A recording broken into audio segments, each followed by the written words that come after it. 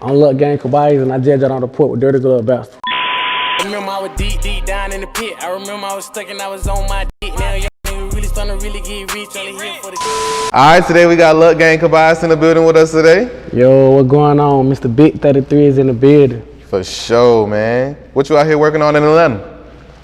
Shoot, right now we on a little interview run or whatnot. Got on, gaining and maintaining and, trying to network and connect with everybody. New people, new face, everything. For sure. How often do you come out here to work? Shoot, we be up here almost every day, to be honest. How does it compare working out here versus working back at home? In my city, it like, after you done did everything, well, I feel like I done did everything I possibly do music-wise down there. So it just like, after a while, it just be the same crowds and everything. In Atlanta, it always something new or somebody new face. So for those who don't know, what's life like back at home in Milledgeville, Georgia? the last interview just made that same question. I mean, it's great. It's just like, every hood got, every city got their hood, different hoods. Everybody got their own little smoke, little problem, little beef and everything. So that going on, but it's just like I done did everything I feel like I can do down there as far as music-wise. Of course, I'm gonna get back to the kids and everything. I'm gonna start doing events down there eventually. But like, yeah, being in my city though, it's great. What's there to do down there? It really a college town now though. They got a couple different colleges down there. But like, for kids, well shit, I don't know. My kid don't stay down here, so I really can't even say like what all they got, events they got for kids and stuff. How would you describe your childhood growing up in Milledgeville? Adventurous. Like I got into a lot of different shit. I was just like, I'm gonna just try this, try that, I'm gonna do this, do that, whatever. When would you say you jumped off the porch? I jumped out of the port when I was officially just jumped out of the port in the street. I was 14, but I was 11 the first time I literally jumped out of the port on some hot shit. For sure. How does it feel to be a role model in your hood? I ain't really paid attention to it at first until I started seeing like my effect and the outcome and everything, the way people looked at me or whatnot. I know one thing for sure though, I'm gonna make sure that the kids straight. Like I always be in their face about like what your grade looking like and everything. Cause I give them, like little dollars here to little girls and here and there money and everything. Whenever I see they doing good in school and stuff, and they don't get in trouble. I'm a big influence on a lot of things that they do too. Cause I done seen some of the negative stuff that I done did.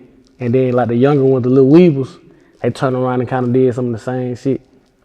How traumatic of an experience was it to be in a near-death car crash? To be real with you, like, how folk be like, they light flat before their eye. Like, yeah, it's just like, no care. Like, yeah, like I saw everything negative that I did. But then I started seeing like my grandmama and them, I started seeing like their faces and all that and whatnot. So yeah, like that shit was crazy. Like, yeah, it was a weird feeling. For sure. You beat the odds a couple different times. How was it to know that you were being acquitted for accessory of a murder? In my city, like a lot of people try to look like they doing big things instead of, actually just grinding and doing stuff, making the money for real. And with me doing music, it like everybody try to target me. I done seen like, well, all odds really do be against me and whatnot. But I mean, they try to throw me in that, so I knew they were gonna be beat anyway. Nah, for real. What's the biggest life lesson you feel you learned growing up?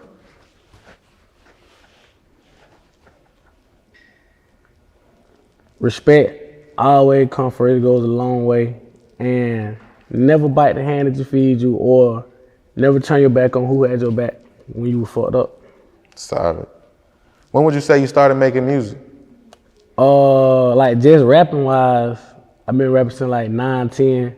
Making music, when I got to 9th grade, nah. I was in middle school. I'm about to say middle school when I first started making music. And what motivated you to start?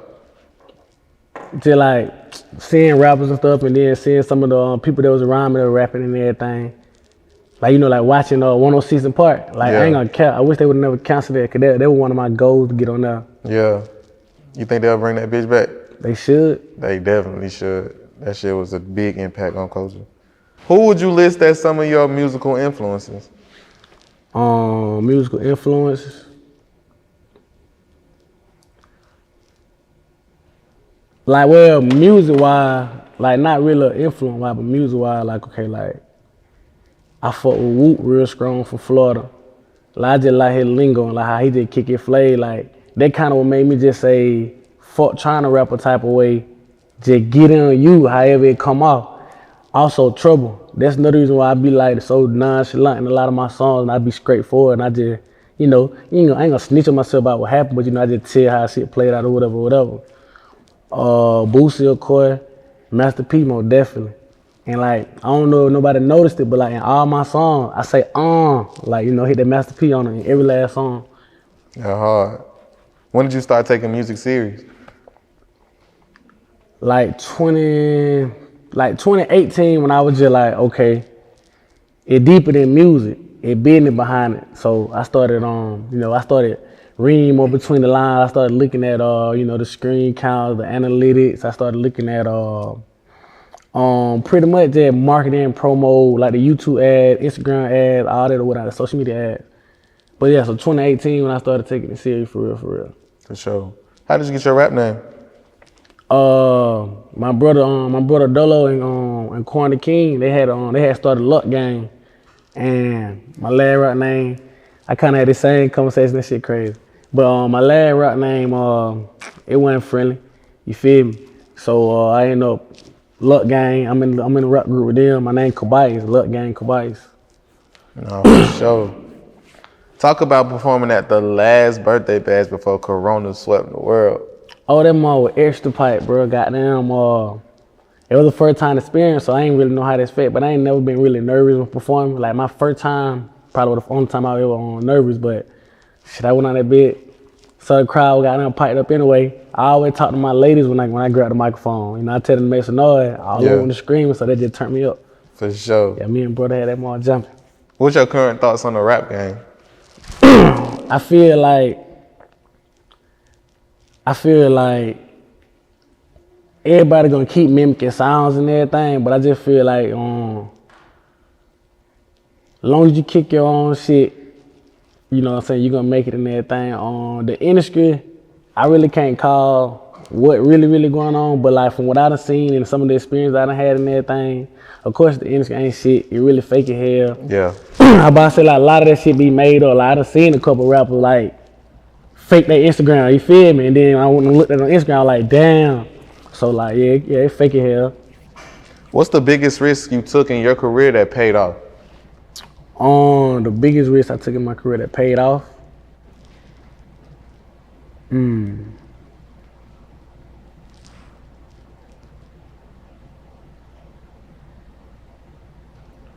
ain't gonna say it was a risk, but like the biggest, it was a risk. It was an investment. When I gave Boosie 8,000 for a verse, I about to say like they really turned my image up, turned my name. Cause Ben had a chain and everything, and it just was like. But when folks saw me with Boosie, a lot of people that got so-called names and everything, and a lot of people that weren't really paying attention, they started tuning in. And so I just went and got down, just dropping back to back behind that. So yeah, getting Boosie to 8,000. How do you feel about rappers like yourself investing in features versus rappers who feel they too good to pay for one? I mean, I look at it like this right here. Like I was just saying, like you said, everything a risk, and you'll never know what the outcome gonna be if you know what I'm saying, if you don't take a chance. I ain't gonna necessarily say put it into a feature, but like more definitely put that money in your marketing and your promo. Like that we've been learning now, and that we starting to apply. So goddamn, spend that money. Like if it's on your music, you feel you're gonna better your career, spend that money on it. Like fuck all that Hollywood shit. That shit don't get you nowhere. For sure. Describe the music scene back home in Milledgeville, Georgia. Really is all over the place. Like they really got some good artists in my city. Like it's some folk they like everybody in their own lane. Like some folk making rock music, some folk making pop music. They even got pop singers and stuff down there. They got everybody got their own thing going on. So you really can't even describe it as one whole. Everybody got their own little lane they in. Would you say the artists are supportive of one another? To a certain extent, everybody want to see you make it until you start making it for real. When you start making it, they go to either they go to hang, or either they go to stop, or they stop some point you just because they don't want you to blow before them. Talk to us about how Set the Tone came to be the last project you put out. That was crazy. It had everything in it, you know what I mean? Yeah. Talk to us about how that came to be. Okay, Set the Tone, really most of them songs, man, Set the Tone, I really recorded half of the songs on Set the Tone back in 2018, 2019. And I just ended up dropping them Lady Fuck, cause like I'm telling you, like, we were learning the business behind the music. Like, we were learning about BMI, we were learning about signing scans, signing things. We were learning about all that stuff while I was trying to drop a tape. So those songs were old, but everybody just kept telling me to drop. And when I finally dropped, I just dropped that bit, a lot of new people started tuning in, a lot of people started connecting. I got a billboard going on right now in Conyers. I'm about to say for the Set the Tone mixtape. But yeah, that bit hit the world hard. It did what it had to do. Talking to us about Racks in. Oh yeah, 217,000. Oh yeah, man, it's so crazy because with Racks In, Yeah. I had booked I think I booked an 8-hour or 10-hour studio block with my engineer Steve, and it probably was like 30 minutes left, and I had recorded most of the songs that I had kind of wrote out, and then and I put together a couple songs on spot and everything, but I kind of recorded all those songs, and I had my little Weebers with me, I had my little brother there with me, FRN Corn, Lil Weeber 2 Time, had them boy with me, and I had played I had a few beats on my jump drive, so I just played one of the random beats, and I told little bro, I was like, make you a hook to it. I'm gonna let you lead into the song, and then I put a verse on there, and he was over there writing everything, boom, boom, boom, boom, boom. But when he rapped it to me, it sounded like a verse, so I was like, nah, that's a verse, and I was like, fuck it, I'm gonna just go clip in a hook, and I just went in that bitch, and when he pressed play, that Racks In hook came straight in, Racks In, back in. I'm for her, and I'm for her, and then I'm gonna fuck on their friend.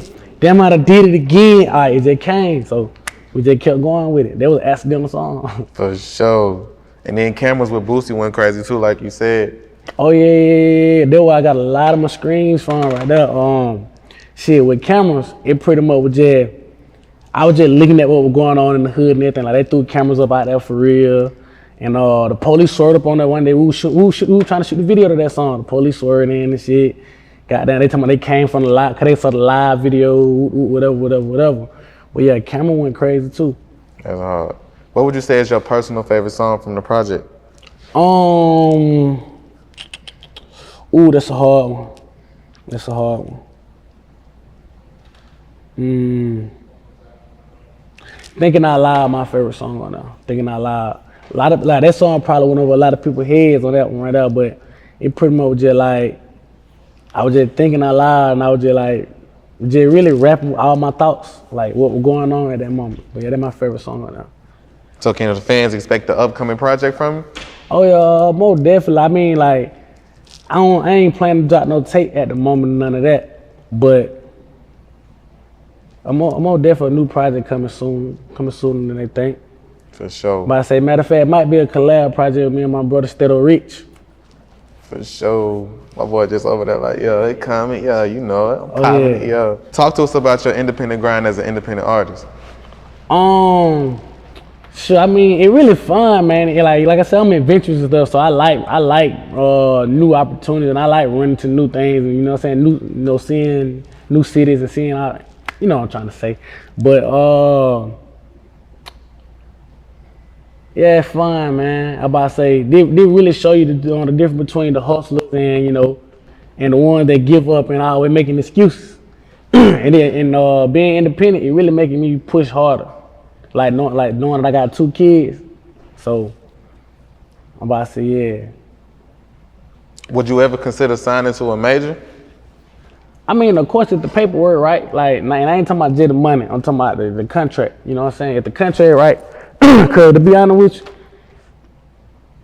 360 deal ain't bad for certain artists. You know what I'm saying? Like, well, for certain people in their situation, 360 don't be bad. Cause they can be like, okay, boom, I can get signed.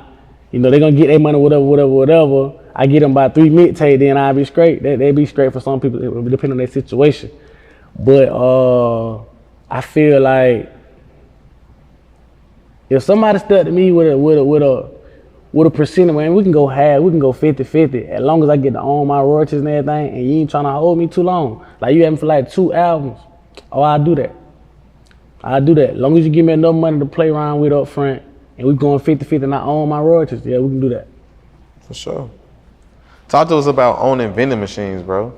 How you get into that hustle? To be real, goddamn, you know, like, I was just sitting down looking at the money I was sitting on and whatnot, and I was just like, I can do this or this, but I was like, but then what? So I was just like, I need to goddamn reach out to something else that's gonna, you know, bring some money in, bring some revenue in, accumulate revenue.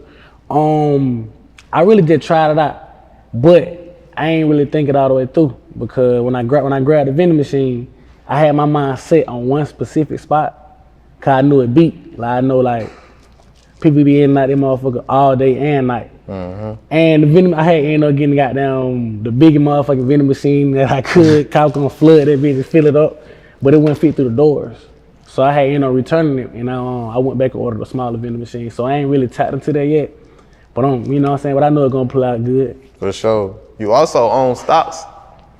I mean, like, it be like little small shit and everything. I know with a little Bitcoin shit and the cause see, really, I'm gonna be honest with you. People been telling me about stock for years, but my pop fucked around, and you know, one of his homeboys, and co-worker and everything, they tapped in on it, and whoever buddy was, like, he really broke it down to him and whatnot and showed him all the good stock to you know, invest in. So what I did was, I was just like, hey Pop, whatever you invested in, go ahead and put me in there too. And like, you just keep up with that. So I ain't really just tuned into it for sure.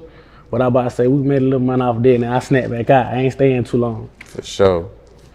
Talk to us about wanting to buy the hood that you from. That's really important, bro. Cause I feel like eventually, like I said, my city is a college town. Yeah. And pretty much everything around the project, apartment, River Bend, the Ben Rack, everything's starting to be college stuff. Like, there's a lot of college apartments. They done bought all that property and everything. I feel like eventually they're gonna buy that if nobody else do it.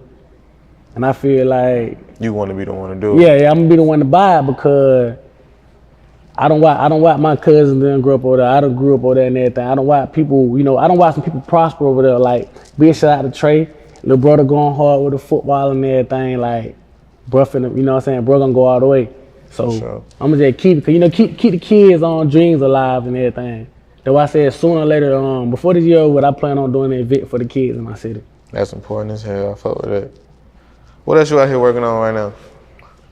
Yeah, man, like I was saying, me and my brother got a joint tape on the way, man. So like, we can't call exactly when it's gonna pop out, but just be expecting that. Me and him a nice collab and everything.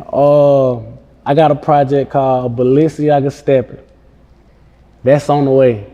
Big shout out to my brother S. Wayne, brother YSL. They're gonna be a crazy song. But I'm gonna speak on a project that I just recently dropped too though. I just dropped Hop Out on YouTube. Y'all go check out Hop Out. Video on the way to that. Go check out some of my recent songs. There's like Rats In, of course, some more, featuring Mark B. Me and Keith finna get ready to pop out. That's what I said. So it's a lot of stuff coming. For sure. Any last words and shout outs? Big shout out to everybody that's tuning in. Go follow all of my social media at LuckGangKibias. LuckGangKibias. And y'all just keep tuning in. We on the way. We on that 33 shit. 33. Hey, appreciate having you today, gang. Oh yeah, more definitely. For sure. I remember I was deep down in the pit. I remember I was stuck and I was on my dick. Now y'all niggas really starting to really get rich. Only here for the tick. BBS